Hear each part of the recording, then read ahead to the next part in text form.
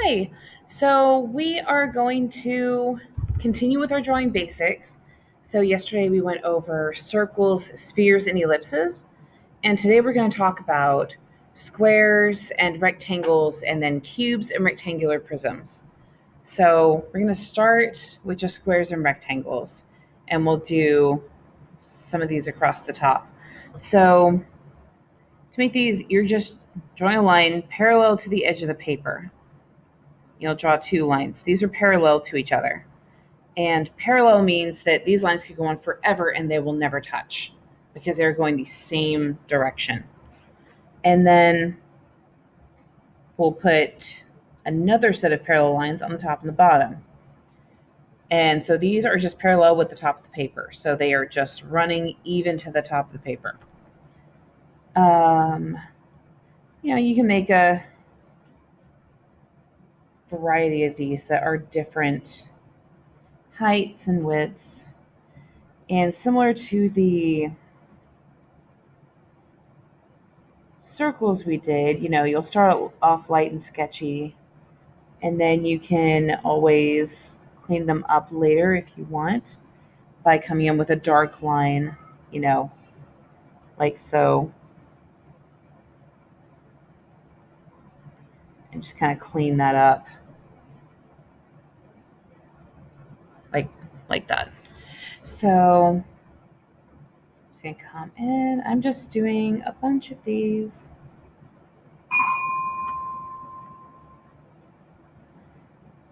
And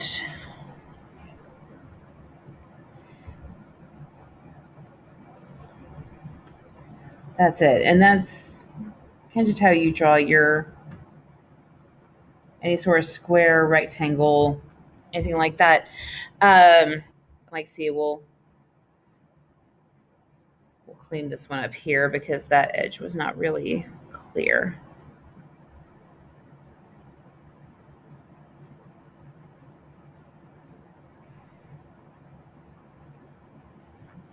So we're going to select one of these rectangles or squares and redraw it down below, leaving a wide space around it because we're going to turn it into a cube. So I'm going to redraw this one down here, maybe a little bit bigger. And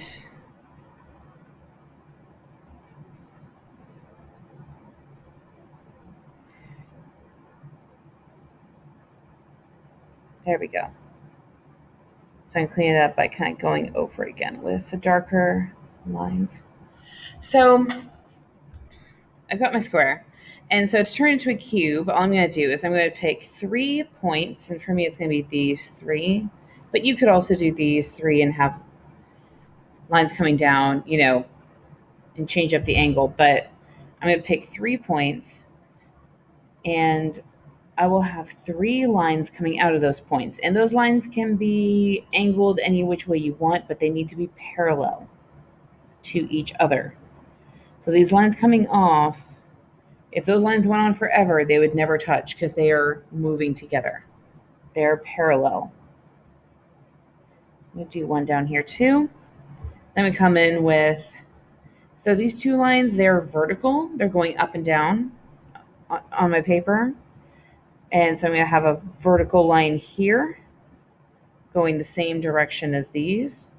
And then I'm going to have one, I have my horizontal lines here. I'll put another horizontal line here.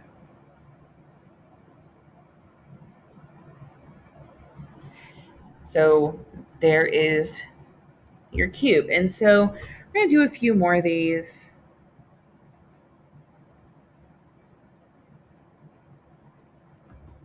And this one, I'm going to have my 3 parallel lines for the sides come down like this.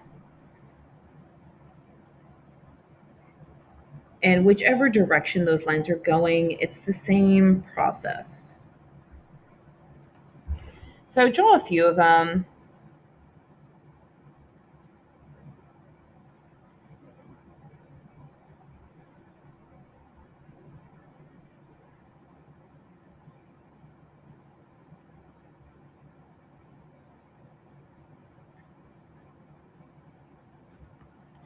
And then you're going to pick one that you're going to shade in.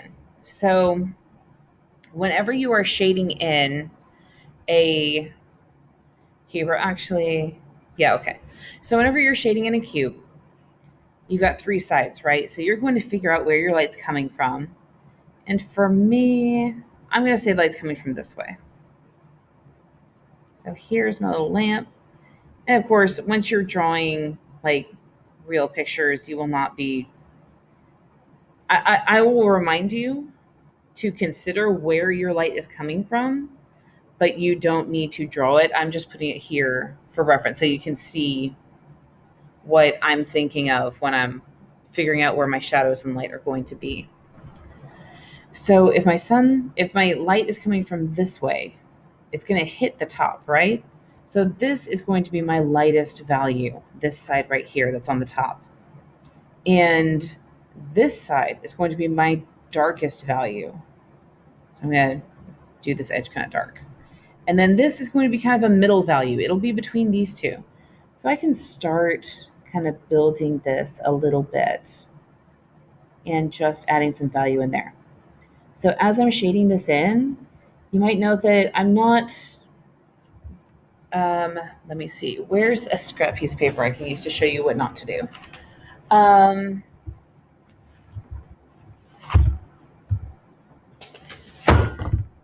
Here we go.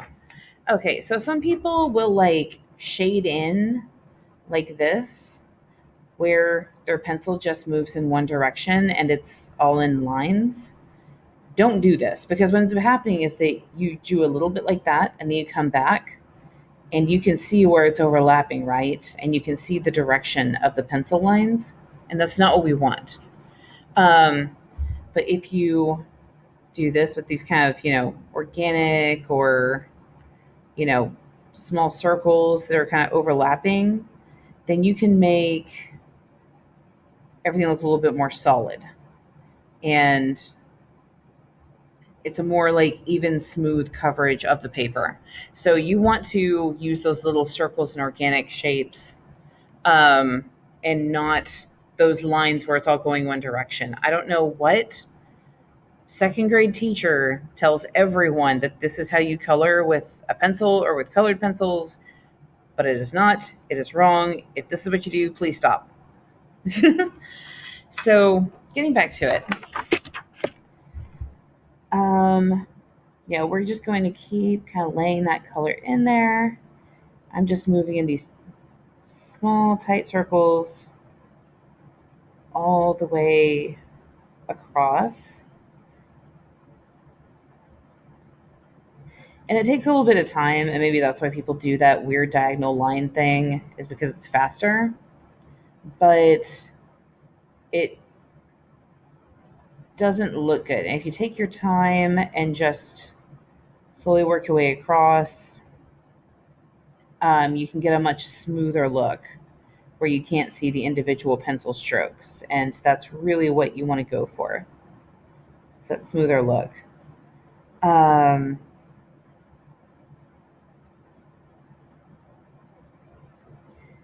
You'll also save some money on blending stumps, because if you do this, you don't really need to blend it all that much, quite honestly.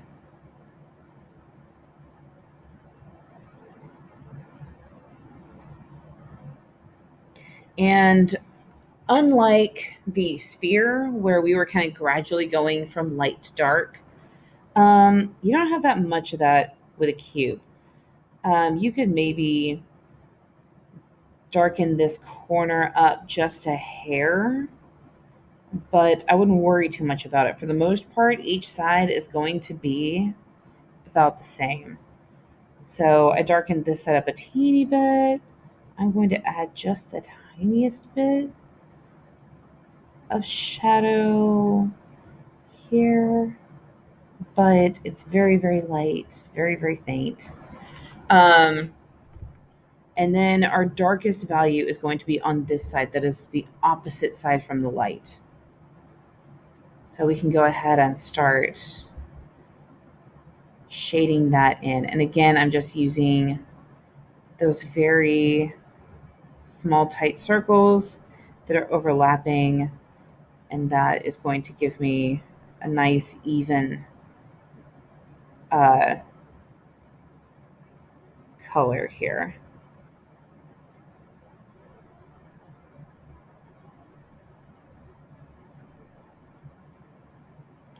So there we go. And then if you wanted to add some shadow, you can come along and add shadow here. And again, just like with the sphere, your darkest part of this whole thing will be this bit of the shadow right underneath the object. And then as you move away from the object, it's going to gradually get lighter. So we'll come out here, just kind of slowly build that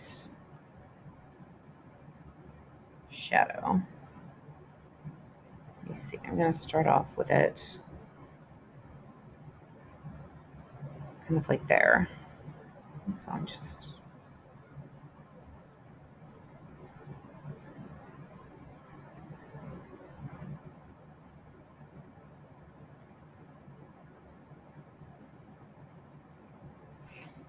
and so I can kind of gradually darken it up as we're getting closer to the cube.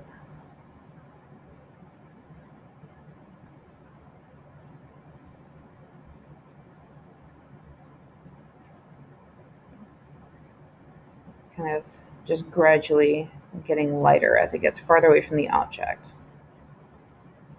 Which if you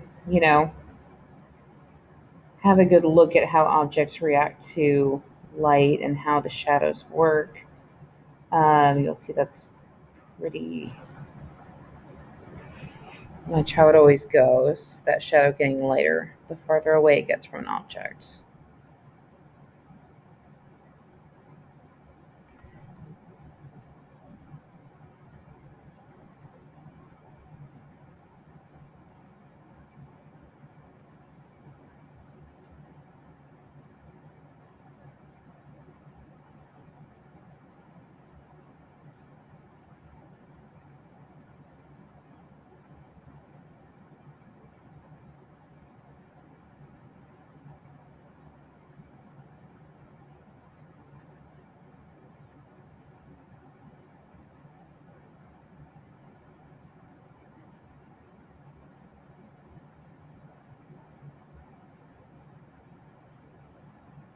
Okay, so there we go. So we've got our cube here now. It's all shaded and pretty and everything. So now we're going to make a couple of simple objects using a box. So our first object we're going to make is a book. So let's make the end of the book. And this will be like, and there goes my light. Hang on. There we go. So let's say we have a book like this. It's a sketchbook because, of course, it's what I have. So we're going to make, gosh, here. We're going to make this end first. So I'm going to, sorry. Okay, so I'm going to make a long and skinny sort of a rectangle. So this is the end of our book. Oh, gosh. Sorry, I'm moving my camera all around here. Okay, so here's the end of our book. Here. And I'm just going to clean that up a little bit.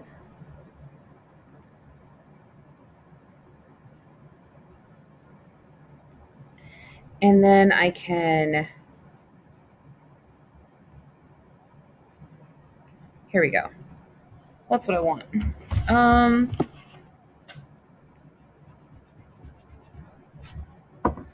All right, so I'm going to add my 3 parallel lines to it. And there's one. And there's my vertical line. So I've got 3 of those. And now I'm going to add my 3rd horizontal line. And that's that. So we'll clean this up a bit with an eraser.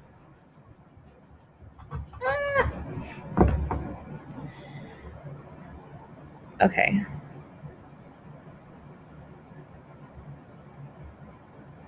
So now to make this look more like a book, we can, put some horizontal lines going across. These are our pages. And maybe we have the cover come out a little extra.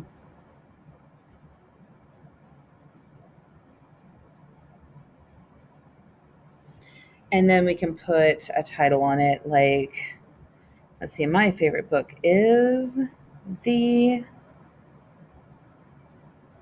Stand by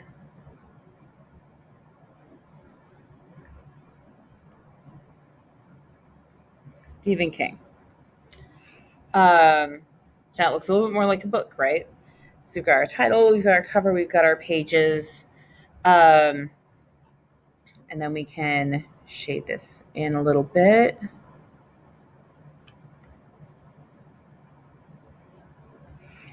Shade this in just a teeny bit. And that's it. And then next we're going to do just a simple chair. So a chair you may not think works with a cube, but check this out.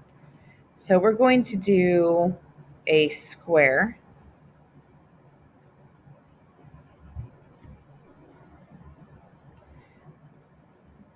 And so imagine that these two sides are the front legs of the chair. So we're going to make this into a cube with our 3 parallel lines. We'll add in our 3rd vertical line here, our 3rd horizontal line there. And look, now we have another leg, and we have the seat of our chair here. And then we're going to add just a couple more horizontal lines here. Or horizontal, geez, a couple more diagonal lines there. I am so sorry. I'm like out of brain cells for the week, I swear.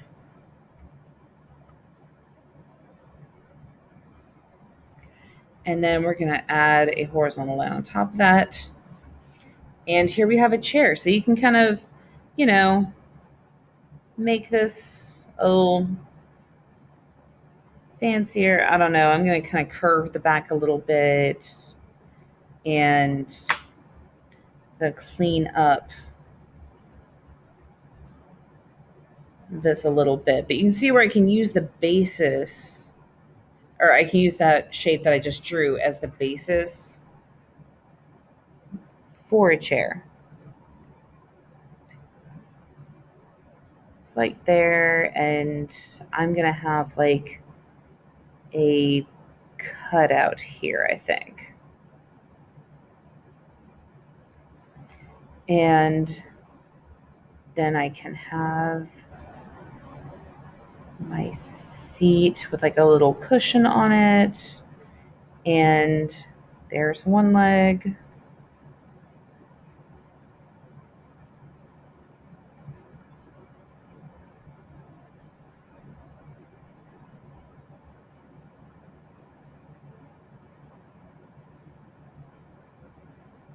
There's another leg, and so we got our 3rd one here.